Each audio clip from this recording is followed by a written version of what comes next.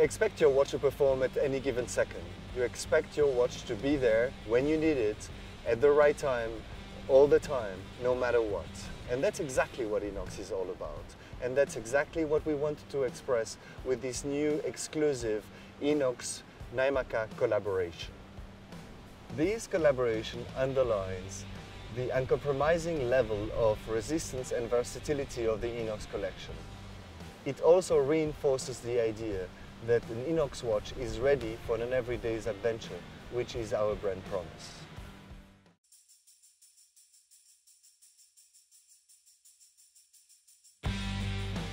Naimaka is the name of the northernmost village in Sweden. It only has 1 inhabitant, and in the wintertime it gets as cold as minus 43 degrees, which is pretty cold. It's also the name of our company, and we specialize in making bracelets made from parachute cord. We use American-made, genuine military-grade parachute cord for our bracelets, and the idea is that you can unravel them and you can use the paracord in an emergency situation. Nylon was invented just prior to World War II and came to replace silk. This meant that suspension lines from parachutes were now made from this very new material. And paratroopers found that they could use the paracord in different survival situations. And after the war, has since been used from everything from using it as a fishing line, but it has also been used in space for an improvised repair of the Hubble telescope. Okay. For the past year and a half, I.N.O.X and Naimaka have been collaborating on making a very special watch strap for the I.N.O.X watch. The goal we had when designing this strap was to find a way to complement the complete sense of quality you experience when you wear the I.N.O.X watch. The paracord that we use is made in the States into a military specification called the MIL-C 5040 Type 3 paracord. It's made up of a current mantle structure, which means you have a sheath, and then on the inside you have strands running, also known as guts. If you cut open the paracord, you can take these out and use them for different tasks. One of these 7 inner strands will have a color coding. And this color coding will indicate who has manufactured the paracord. This is for military purposes, so they can trace back who has manufactured that specific cord. With paracord, you can use for all types of survival situations or just solving trivial tasks. This could include replacing broken shoelaces or building shelter, a raft maybe, or if you want to make a fire, you could use it for your bow and a bow drill. You could take out the inner cords and use them as fishing line. You could use it as sewing line, dental floss, or if you have the time and skill, you could even use it to make a net.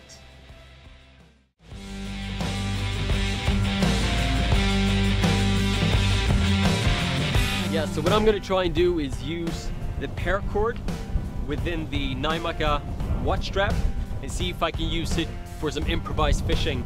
And this by taking it apart and using the inner cords as fishing line.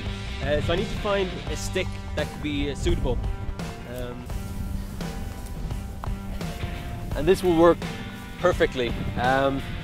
So what I'm going to start doing is just taking apart the watch strap so I can get access to the paracord. And you see on the underside that these are 2 melted parts, and I just push it through like this. That way it starts unraveling and I can just do the rest by hand. Each of these woven parts contain about 85 centimeters of parachute cord. The parachute cord itself then contains 7 inner strands that you can take out and use separately. And this is what we're going to use as fishing line in this case. So now we have about this much cord. But first I need to cut off this end to free the cords from the inside. So here we have the inner cords. We have 7 of them. They're also called the guts. And we're going to use 1 or 2 of these to create our fishing line by taking them apart further to get the smallest possible strand. So we get a fishing line that is thin and almost invisible. So this is what we're gonna use. And now I'm tying them together to create one really thin cord that I'm gonna use as fishing line. And my scissors like this. Perfect. So I have my fishing line and I'm gonna tie it on to the fishing rod because we have a lot of wind, and if I don't, it might just fly away, and I doubt I'll be able to find it. So I'm gonna use my knife and I'm gonna make a small groove.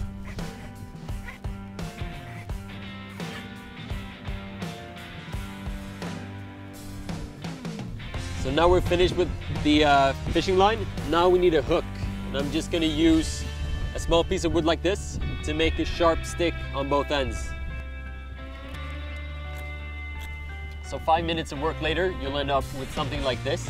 And the idea is that the fish will take this, going in like this, and it will end up on the side once you start pulling. So now we have the improvised hook on, and we need to use something as a weight, and we're going to use the hook from the watch strap as a weight. So we're just going to tie this on. Okay, everything is done. Now let's go fishing.